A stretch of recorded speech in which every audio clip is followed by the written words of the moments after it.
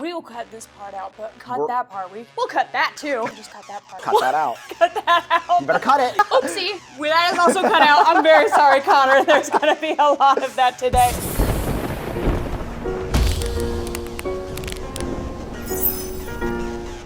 Hi, I'm Sigourney Beaver, and welcome to Obituary.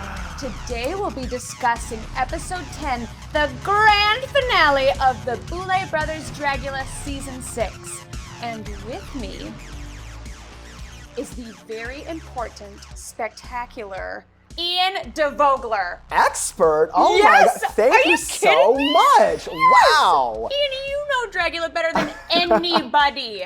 I will say, I think that I have a very particular scope of knowledge that is wide and ooh, so deep. Yes. So yeah, I'll agree with that. Oh yeah. I mean, then you see it from like behind the scenes. You see the contestants. You see. I mean, you're always the one that's right there anytime someone's crying. And as the supervising producer for seasons 1 through 5, Resurrection and Titans, I definitely saw a lot of tears. I saw a lot of queers and so many fears. Oh good God. Let me tell you. And I mean, I tested all the exterminations as well, so I got to face a lot of my fears. It was great. Which is the worst one? Is it the needles? Needles is probably the worst. I don't like pain. My favorite one, well, I have two favorites. Favorite number 1 would be bungee jumping from season 5. My joints! So fun. Oh, no! So fun. And then favorite number 2, you are very intimately aware of this one, latex bed. Because for me, I'm like, oh, cool, choke me, daddy. Yes, like, daddy. yay, fun. Israel, throw the switch. Israel, to the left. Your other left. Israel, left. Dude, I was like, there's a very fine line between oxygen deprivation being okay and brain damage. And I was like, do they know what that line is? I don't know what that is, but I know it's there. We do not know what the line is, nor do we care. Well, anyway. Getting ready to cross the line. Hey. Let's get into it. Yes. Oh my God, I'm so excited to be here. I want to say congratulations to you because this has been such an incredible project. 10 weeks of filming. You've never missed a deadline. I'm pooped. I can't wait for a nap. Are you going to take a nap in this coffin later?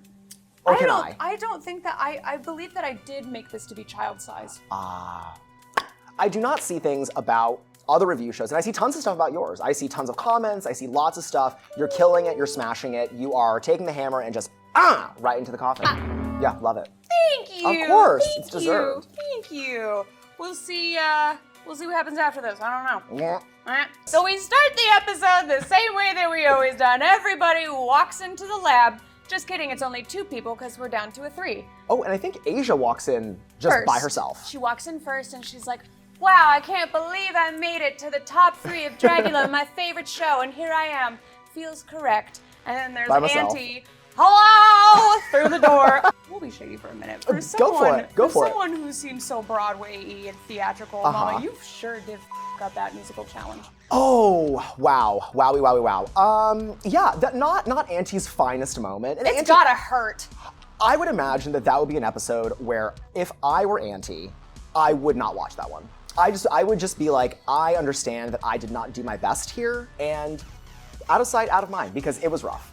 Asia and Auntie are in the lab and they say, oh, I wonder who could it be? And then they hear from beyond the doorway, oh!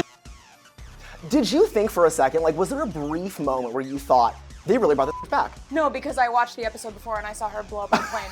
Okay, well, I should know better. I think I am maybe one of the people who should know the best. And then Gray came in with, honestly, a very convincing Fury impression. Yeah. It was funny. I mean, I want to hear Gray make that noise anyway, so it's fine. You and everybody else on the internet. A little filth peglet.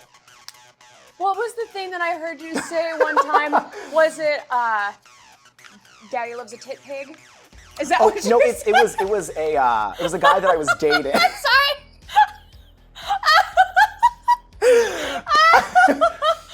So it wasn't Daddy loves a tit pig. It was a guy that I was dating, who was my daddy at the time, and his.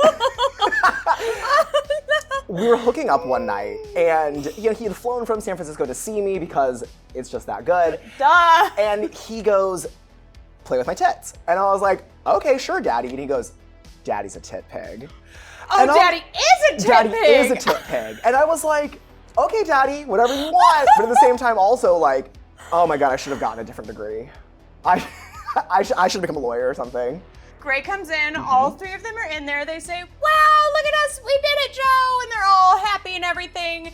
They know what's to come. Everybody knows what's to come. It is the finale of Dragula. You should know. You should, unless you've never seen the show, in which case... There are, in fact, people who get onto the show who have never seen the show. I won't say who.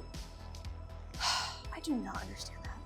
So, they are finally met in person, not in screen, with the Boulets in front of them saying, congratulations, uglies. But they do it in a far more eloquent way, of course. They really got the dark thesaurus out for this episode, which I appreciate. I do too. I mean, if there's an episode to do it, it's absolutely the finale.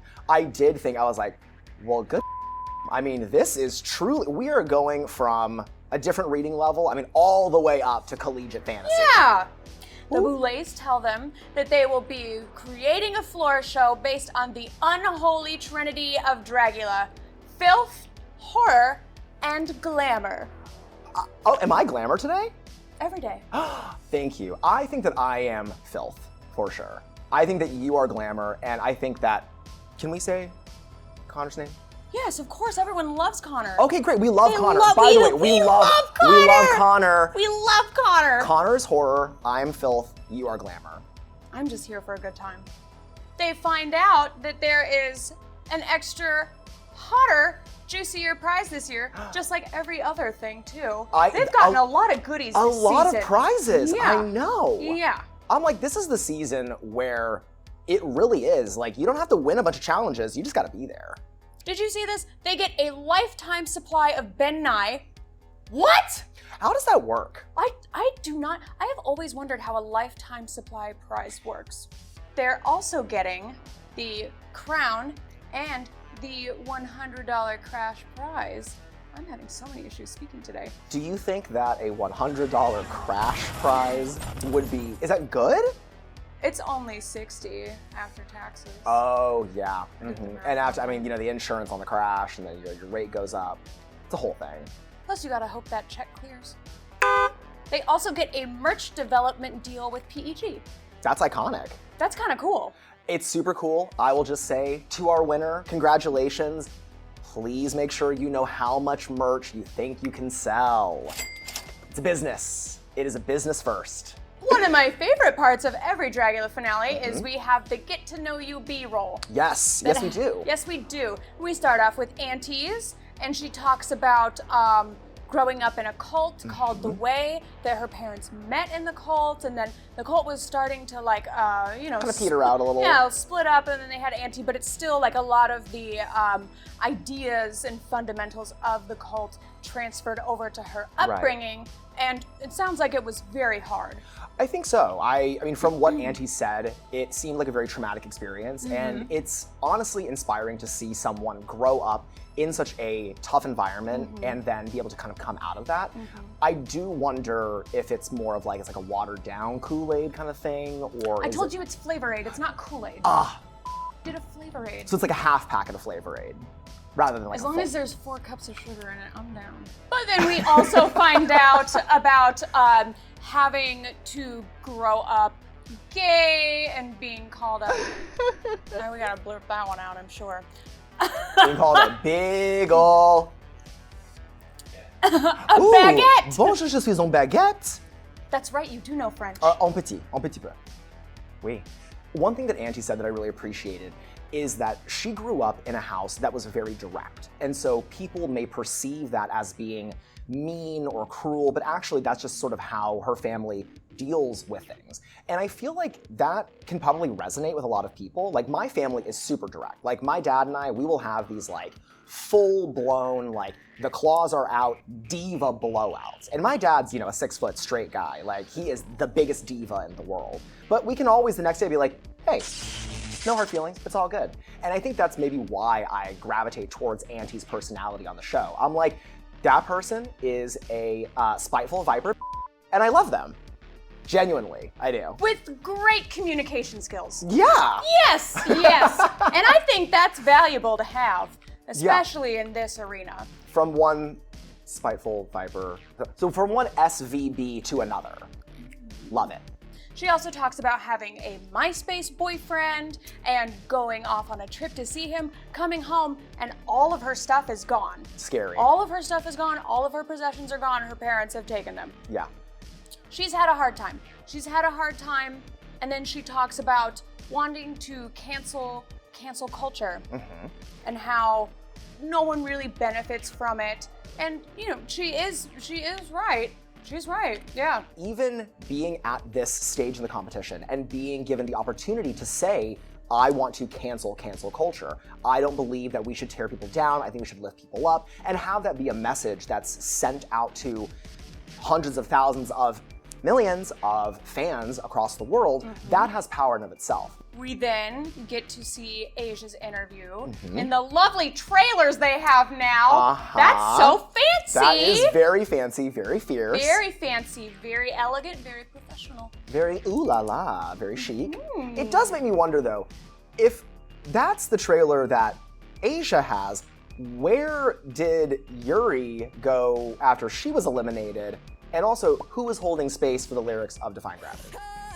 But anyway, what I was saying is, I think that it is cool that they're given trailers for the preparation of the finale. Yeah. I mean, that's the kind of care that I love to see. I want to see for the final. I want to see it for everyone. But hey, budget, mama. Well, they got it. They got the sound stage and everything. Hey, and let me tell you, it was cold last season. Icebox. This is what dreams are made of. Hey now. Hey, so if we were Hillary Duff and Hillary Duff, which Hillary Duff would you be? I'd have to be the blonde. I Okay. look awful as a brunette. So I'm Italian Hillary Duff. Well, you speak French already, so close enough. Buongiorno. She talks about how much she loves her mom, how her mom's her biggest fan and supporter, comes to all her shows. We love that. We love moms. We do. And it's also great because we hear a lot of stories about, queer people who don't have good relationships with their families. Yeah. So it's really nice to hear that she has a really good one. And then she goes and talks about her weight loss journey and how much better she feels. She auditioned for Dragula 3 times, and while that was really hard for her at the time, she knows that now she is fully ripened and ready for it, and she was not for her previous auditions. So that's good that at least you can be realistic and honest with yourself. She discusses how she's been doing drag since she was 16. Crazy. Also, I did the math. She's only 27. Really? Yeah, that's what I said. Yeah. How dare you? So she talks about how being Black and trans and also being in the alt drag community is not easy at all, but then talks about how that makes her relate to filth more. Sure. Because of how she's kind of been made to feel about herself in that setting. That's really incredible. Absolutely. I think it's really amazing that we have someone at this stage in the competition. And of course, at this point in the episode, we don't know who wins. But who's it gonna be? Hey, who's it gonna be, everyone? Who's it gonna be? Who do you think it's gonna be? Write into, is there an email for Obituary? Message Sigourney on Blue Sky and let us know who you think I was is gonna gonna say, I'll give you guys Connor's number. You can text him. Text Connor. But no, we've seen this so many times with the show, and it is an unfortunate reality that artists of color are given less opportunity than other artists in the space, and especially in the alternative space. And so to have Asia do so well in the competition and to be at this stage, simply showing up and being there is representation. Yep. And it's awesome to see. Yep. And it makes a big impact. It does. It makes a very big impact. It tells show promoters, it tells people who are doing bookings, hi, there is more out there. Well, and people that also People who deserve this booking. want to be in that position and find themselves in the same boat and maybe facing the same kinds of obstacles. It's very inspiring. It's true, and maybe facing later in the episode a toilet full of goodies to Don't enjoy. spoil it! I'm so sorry, because everyone. Now I'm so we sorry. have to talk about Gray's interview. We do. Gray talks about living in Houston and how sometimes it's, scary to live there. He feels like he can't hold his partner's hand. Talks about being a recovering alcoholic. Also discusses how evolving into a genderless society, that drag should also be evolving past being so focused on gender. Sure. I think that's fabulous. I am absolutely at the altar of that thought. I think that the conversation around drag being so tied to gender is It's exhausting. It's tiring. And Yeah. it's for an art form that is so heavily focused on expression, it feels so limiting to say, well, that's not drag. I'm like, well, it's all drag, isn't it? It is. And then we're off to the floor show. And we are. And this is, I think maybe more so than it's been in recent years, potentially, this is the main event. This is what we are all here for. What do you mean more so than in recent years? In previous seasons, we have had other things peppered throughout the episode to sort of beef it up. This finale feels, I'm gonna say tight. It feels like we are sort of hurtling towards the floor shows with a terminal velocity. We kick it off with the filth floor show. And we really kick it off. We start with Asia.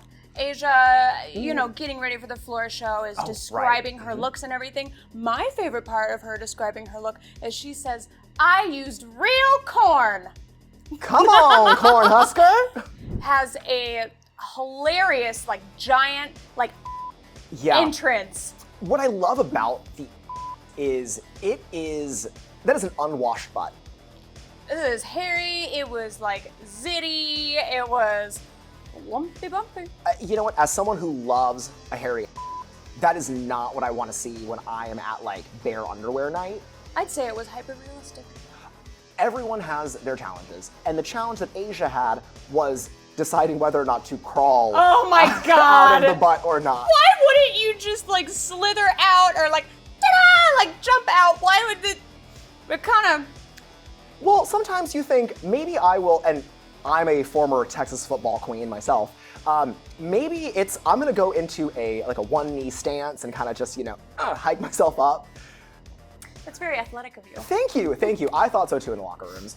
She comes out and she is a turd. She is the Yes, and a turd in the most glamorous way that only Asia Consent can do. Absolutely. Has a little poopy hat, is in like a dress that she's made. It's got like the spray foam that she's painted it. There's like long gloves. She like pops out of this little butt and then takes her little stroll over to these two toilets sitting at the end of the runway. They budget. They got props this season, honey. Do you think those toilets got returned? I thought that they just came from the set. They just went and picked them out of the bathroom. You know, drag's all about being resourceful. That is true. Anyway. Pulls out a bunch of toilet paper, eating the toilet paper. It was graphic. I have one small nitpick for the toilet gag. I don't know about you, Sigourney Beaver, but I have spent a couple of nights face down in the toilet. Now, when that happens, I feel like there should be some water splashing, and there was just a lot of toilet paper in the toilet. You think it should have been a bidet? I just thought that some level of wet on the face would have really sold the fantasy. I mean, unless you're really digging into like a chemical toilet, in which case, seek help.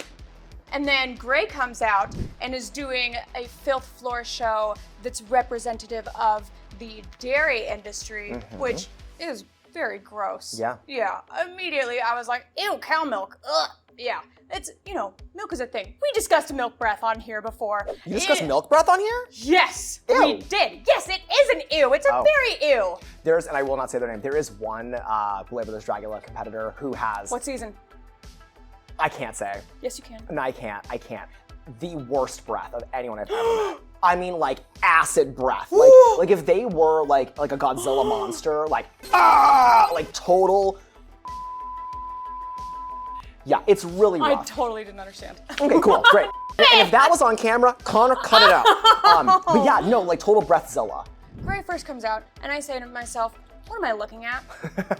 And then as he continues, and we see the udders, and the belly, and the flipping and the flopping, and the milk bath, and the pouring, and the cow mouse going, I was repulsed, and then I said, that's it. That's filth. That's it. That's filth. I'm disgusted. I hate this. That's filth, everybody. You win. And see, it's funny because when I saw that, I was like, I'm horny. And that is filth. But there's something so dark and sexual about it. It's milk me on the hat. And it's when Gray was unzipping or just undoing the overalls or the coveralls, I thought, what am I gonna see? And then it was the four udders. I just was like, wow, this is disgusting. I wish I was in that milk bath. I bet it was warm. Oh, hot. Then we have Auntie come out. With a whole tray of cakes. And Auntie's filth floor show is based on parasites. Ooh.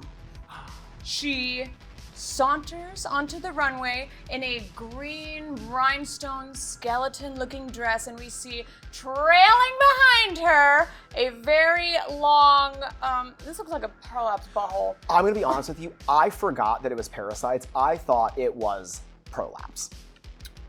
I thought that Auntie's filth was, hey everybody, my name is Auntie Heroin, here's my prolapse. And I thought, that is fierce. Like, I'm, like, my mug is stamped, mama. My is ruined. And my has been punched through. And I was like, wow, that's so cool. What a fierce way to present yourself on the finale. Like, Daddy's a tit pig, Auntie's a fist queen, go for it. And then mealworms out of the gate. And what was your thought on that earlier? Mealworms, not parasites. I was a little confused. I think that the reveal of the mealworms is really fierce because, like I said, I genuinely forgot that it was parasites. It was gross. It was gross. But when the mealworms were revealed, and this is a nitpick, sorry everyone. It's the finale. It is the finale. Come on. I don't know that you get parasites from eating mealworms. I am not a mealworm eater generally, so I don't know that. Is your filth theme general creepy crawlies, or is it gastrointestinal distress? It could be both. Two things can be true. That is very true. Or is it the parasites inside of her are hungry for the mealworms? I'm hungry for the next category. Hey! All right, here it comes. Moving right along. It's horror! Woo! Ah! We start off our horror floor show with Auntie Heroin. We do. Who has chosen to do a Mars Attacks themed horror floor show. Very interesting. I think interesting is a good word for it. And has this big old brain headpiece. It's oozing some blue. Very cool. Comes out, is looking stiff. Has this sequin little coat, reveals out of it. Ba-ba-da-da. It's our first cat suit of the night. Hey, everybody. Hey. Technically, I think it's only one of two, but still, it was I think, yeah. more than I wanted to see in a finale.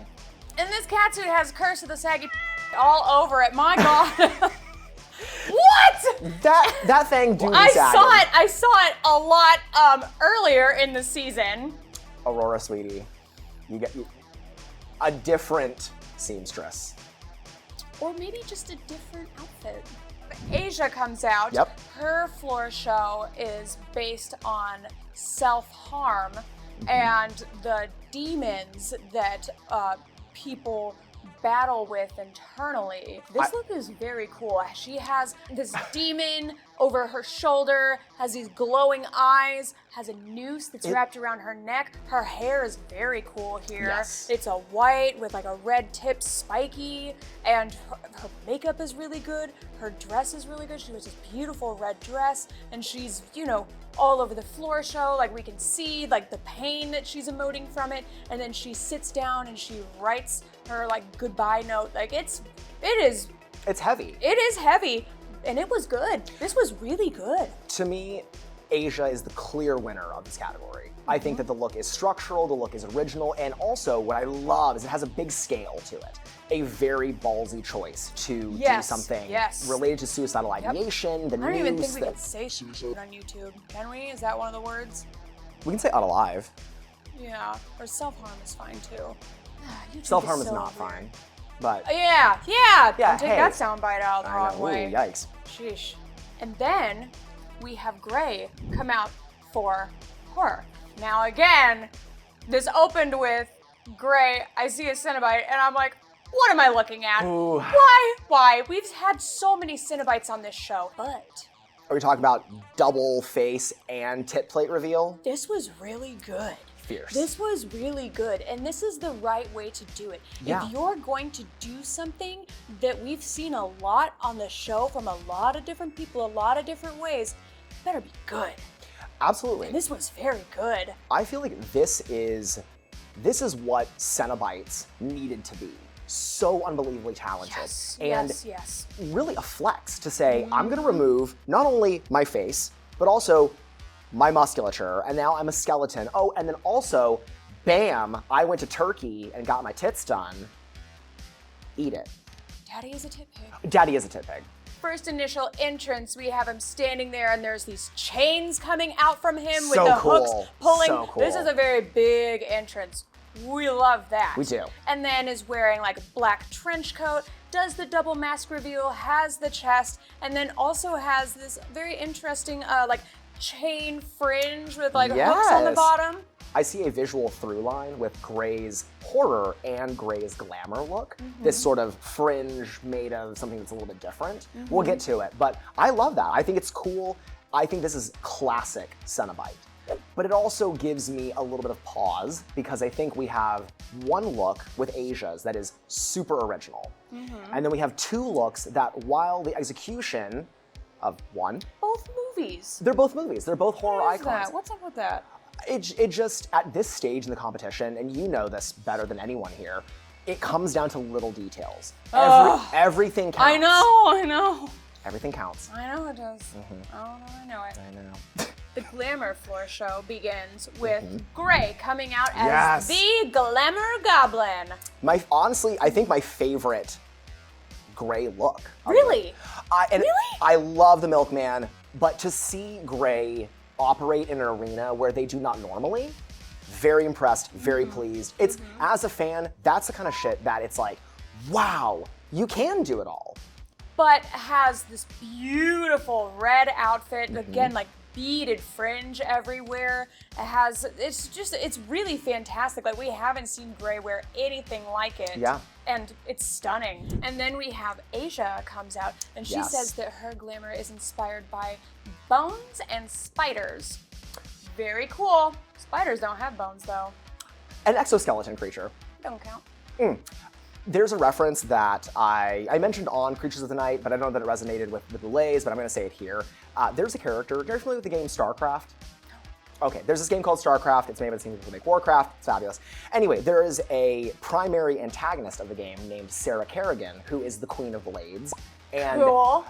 Very cool. I'm going to show you a picture later, and you're like, glonk, and not in a bad way. I just think it's a very, because I also know Asia is a huge nerd. Yeah. Like, I know that Asia loves video games. Oh, yeah. And I saw it and I was like, oh my gosh, this is so speaking to, and whether it's reference or not, so speaking to that nerdy part of my soul. And this is glamour in a way that we don't really see a lot of people take the glamour floor show because, we know the Boulets love a rhinestone. They do. love a rhinestone. They really do. But when you think about the Boulets and their drag and sort of what tenets of Dragula they fulfill kind of like most often, I think that glamour and horror are the two that they normally situate themselves within. And this look to me feels very much like glamour by way of the Boulets. And I think that it's a smart move from Asia to say, I know what boys like, I know what guys want. Boulets want this. Did I get that right?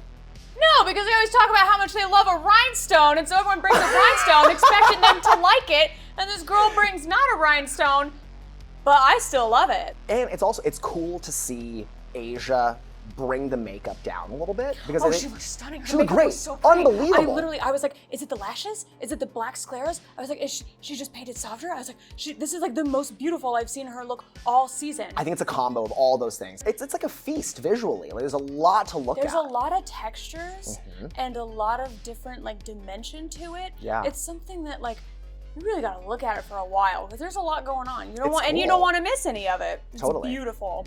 Auntie's glamour. Wow. Yeah. I mean, yeah, I've heard it up and down. Beaver's finale glamour. What a disappointment. Oh. That's a story for another day. I was tricked. Not by me. Not by you. No.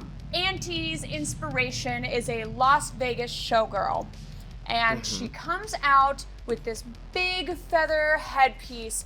Her whole outfit is blue and white. And the thing I said when Auntie came out is, I love drag. Because if I didn't...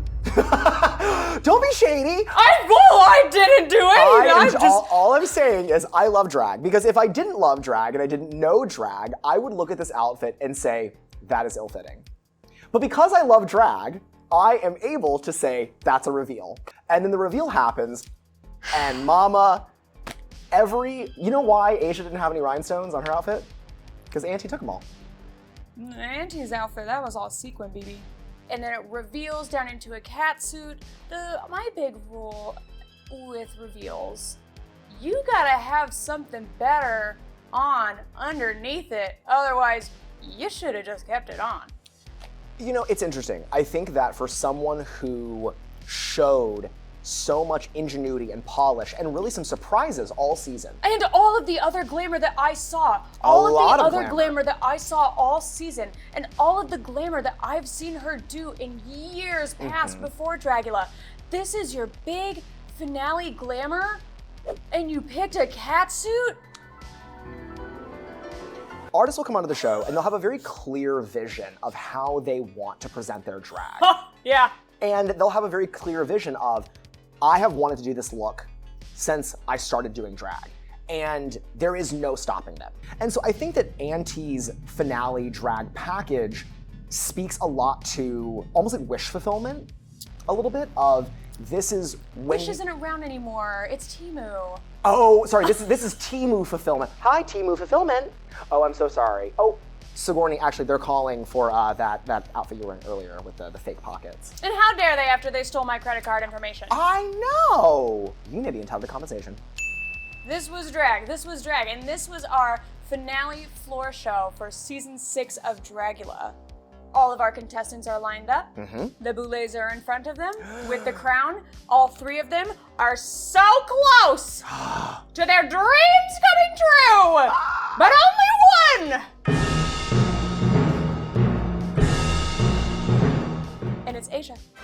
Asia Consent. Asia Consent! Congratulations! Hey, we saw that coming since episode 1. It has been in my— I was writing that down with the demon on my shoulder. I was writing that down, you know, since episode 1. I don't think that it's undeserved. I just think that No, not at all. I mean, that's exactly like we saw that coming from episode 1. You know, you see the cast announcement, you see a couple episodes, you make your predictions of like who's gonna be in the top. And this is exactly the 3 that I saw on the top, which is great. You know, consistency wins the pageant, and especially a consistent track record. 3 out of 9 for Asia. Makes sense, girl. Consistency wins the drag pageant.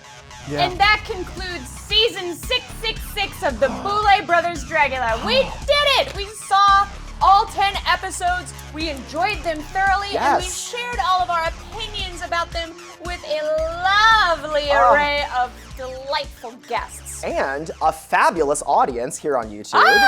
Ooh. Yes, absolutely. Talking directly to you. Remember to hit like and subscribe. A professional.